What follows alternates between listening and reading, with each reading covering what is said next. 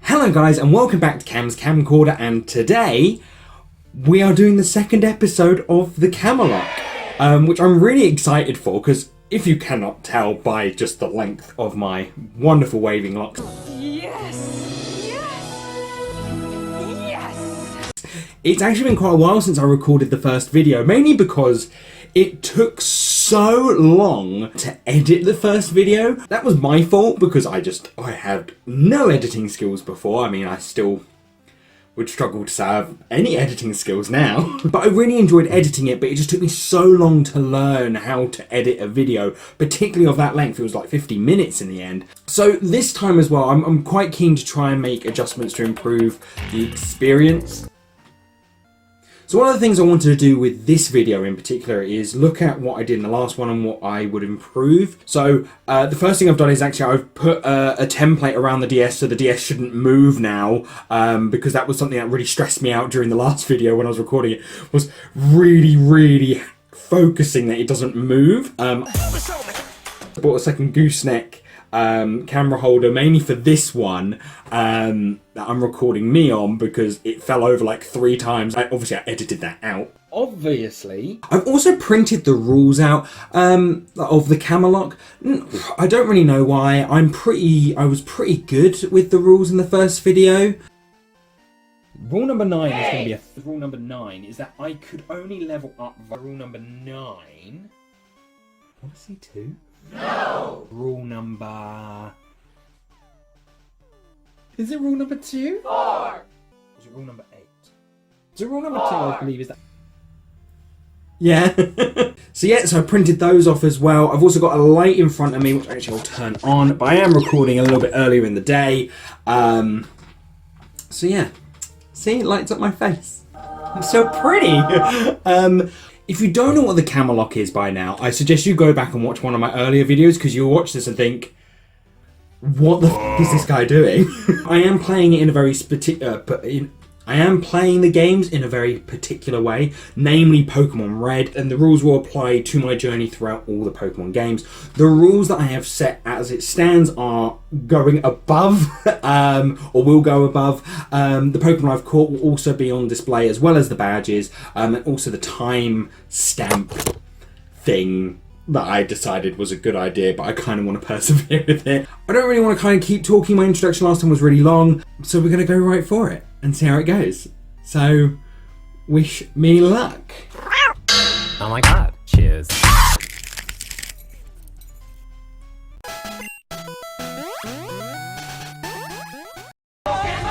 So we're sitting outside Brock's gym, because that's where we left off. So before we kick off, I guess the best thing to try and do is look at what needs to happen now in terms of the CamerLocke rules and setup before we continue. So, wonderfully, spoilers, in the last episode, if you hadn't already guessed, we beat Brock. And rule number 9 was that for every successful gym attempt that I have, I'm allowed to either evolve one of my Pokemon or catch a new one. So we're going to do that now. So I'm going to get on my... Instead of me just picking which one of those I do, I thought I'd leave it a little bit up to chance. So I have got a Wheel of Fortune thing. I either evolve Bulbasaur, evolve Nidoran male, or then catch the remaining 4. I obviously know who the remaining 4 Pokemon are. And for Misty, there's not many that are going to be very useful. I don't really know why I'm leaving this up to chance, because this really might be over. So hopefully you can see the wheel. It's all there. Here we go. Oh, so I'm going to have to catch Pokemon number 4. So Bulbasaur and Nidoran are going to remain unevolved. Pokemon number 4. Who was my Pokemon number 4? And that's not the worst case scenario. Because I know a couple of the Pokemon I picked.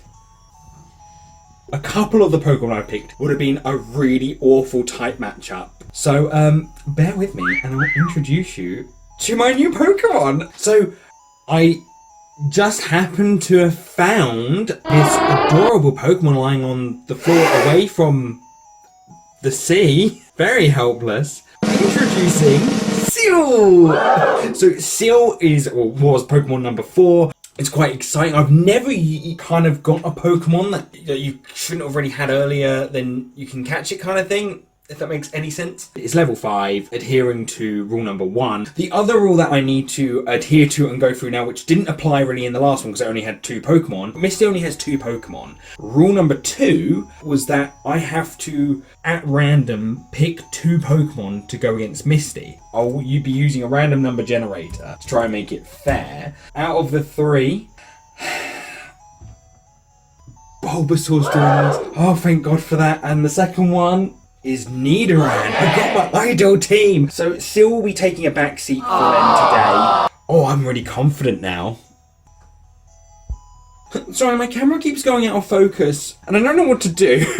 So I'm trying to make it look at me. Next time you see me, I won't have such wavy long locks. I don't mind it for a change, but it's horrible. The battle style is now set, which I didn't do at the start of the last one. But I think it's rule number 7 is the only one I might need to look up. Is because the average level of my team that I've picked, so i.e. Bulbasaur, Nidoran, cannot exceed like Misty's top Pokemon, which is Starmie, in terms of Starmie's level. So I'm just going to look up what level Starmie is. 21. Oh, that's ages away. I think, what am I? 12, yeah, level 12. I've got to raise them like 9 levels. And if I've got Seal also in tow, oh, this should be fine. Right, so let's go. I think this is route number 3. Yes! One of the horrible parts about before Cerulean City, from what I remember, is that once you jumped over one of the ledges near Cerulean City, you can't go back. So if I don't beat any of these trainers, I can't reface them until later. And then I've literally screwed myself over. Well, not literally screwed myself over. I mean, that would, that wouldn't be allowed on YouTube. Oh, Seal looks so cute! But Seal doesn't really have anything. He's well under-leveled, so I'm going to swap to Nidoran. Nidoran should be able to take a level 9 Pidgey. And as before, I have to alternate attacks. For fun! Oh, I'm not going to swear. It's too early on. So actually, in terms of the time passing, so as I mentioned in the first video, I'm a sports massage therapist, and actually I'll be going to work back on Monday, because the UK comes out of its 3rd lockdown, and hopefully that'll be it. But I wanted to record this before I start getting stressed and I run out of time, and I can just edit this as I go. Nidoran grew to level 13! Oh, nice critical hit. Boom. Hey, I met you in Viridian Forest. Did he? The problem is I can't check that because he hasn't got a name. So I don't know if he has. Seal grew to level 6. It also occurred to me the other day that a few friends have found out about my YouTube channel. So if you are one of my friends who is out there, hello. I hope you're enjoying this. And if you're not enjoying this, or go to yourself, you're supposed to support me. That Leer Horn attack combo. Mwah. He grew to level 14 and he learned Poison Sting. I like shorts and they're comfy and easy to wear. Youngster wants to fight. Oh no. Seal come back. Alright, but this is right for Bulbasaur with a normal type like Rattata. Oh, but he's knocked my defense twice, but I've also knocked his attack twice. No! Bulbasaur's first outing in this episode has not gone to plan. Right, we'll get Nidoran out. Oh gosh. Look at that defense! Oh, to be fair, I did knock his attack down. Oh, and a critical hit. Nidoran. Oh. Still grew to level 7! It's nice to have now a full move roster. I say the rule number 11 that I did where you can't use the same move consecutively now isn't such a problem. It still makes the battle far more interesting because it forces me to use different tactics. Oh, I think I've only got probably 1 battle left and that's about it. Bugcatcher wants to fight another one. Seal. That reminds me of the episode, wasn't it, when Misty potentially a seal? That was a crazy episode. I mean, that was really fucked up. Beautiful. Nidoran grew to level 15. Caterpie goes down, obviously, because Nidoran is amazing. I really thought we were going to be knocked out in this battle. So I'm really proud of Nidoran. Bugcatcher, if I had new Pokemon, I would have won. Let's go for this one. That look you gave me, it's so intriguing. Change to, well, we can only change to Nidoran, so we're going to change to Nidoran. I'm really hoping Rattata goes for a Tail Whip. Nope, he's going to come straight in. Oh, Right, Seal's going to pull this out the bag, but I don't think Seal has learnt any new moves yet, even though he's leveled up. We're going to have to hope this Rattata uses, like, a load of tail whips, which I just do not see going to happen. It just occurred to me, I think I had a potion in my bag. My Pokemon were like, why aren't you healing us up? God damn it. But I do like when you black out, it doesn't come up with all the text. I think it's Fire Red and Leaf Green. It goes through like a whole monologue of you scurrying back to the Pokemon Center, which just takes ages, and then you have to watch them heal. It does incentivize you to not just, like, not waste, but like kind of make sure you care for your Pokemon more than just fainting all the time. In that case, you know what, I might grab a potion, because I feel a bit bad now. Let's go battle that. Oh no! Christ, he's really lowering my defense. I really need that Leech Seed, I think. I'm desperate for Bulbasaur to get that 4th move because his move pool at the moment is just so limiting. Like, once Leech Seed's out, there's not really much you can do, and it's just growl and tackle, and that's just a really grinding battle style. So one of my friends asked me, why aren't I playing Yellow? And I'm like, well, obviously, I wanted to start with Bulbasaur. So that's why I'm not playing Yellow. But to be fair, if I can play the enhanced versions as such, like Crystal, Emerald, Platinum, I probably will try. Oh, sure. It wasn't a great battle for Bulbasaur, but at least he did survive. And to be fair, I'll give Bulbasaur his credit. Yeah, he's not done so well in this episode, but he did take Brock down single-handedly without Vine Whip. Seal grew to level 8. C's catching up. Oh, I need a male. Right, let's get a Leech Seed in straight off the bat. And he's going in for the Horn Attack. And with my defense drops, that's not going to work out very well. So we're going to come out with our own Nidoran. Oh, look at that. Boom. You can fight my new Pokemon. I quite like this emphasis on that they're all new trainers, because that would explain why they're so low leveled. Some rats are gonna die today. Bugcatcher wants to battle Bugcatcher, send out Caterpie, another Caterpie.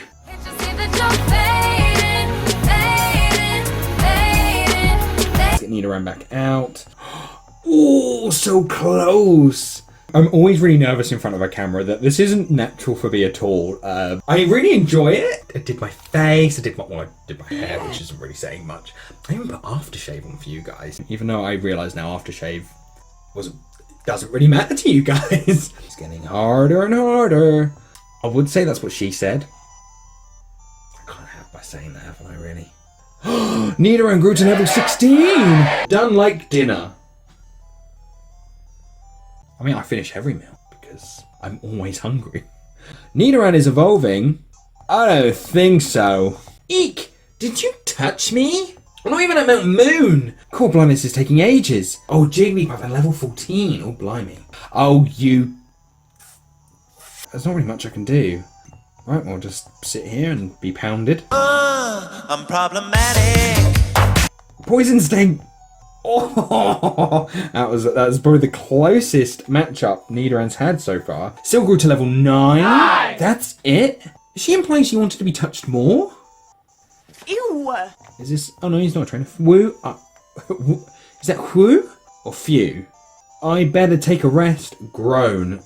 That tunnel from Cerulean takes a lot out of you. All these ledges. Is that meant to signify we're going up in altitude? Ouch! I tripped over a rocky Pokemon Geodude. Let's heal up. And then go battle that last person before we then proceed into Mt.Moon. Down, down, down, down. We hope to see you again. Like, how sadistic is that? I hope to see your Pokemon wounded and fainted. If you have too many Pokemon, you should store them via the PC.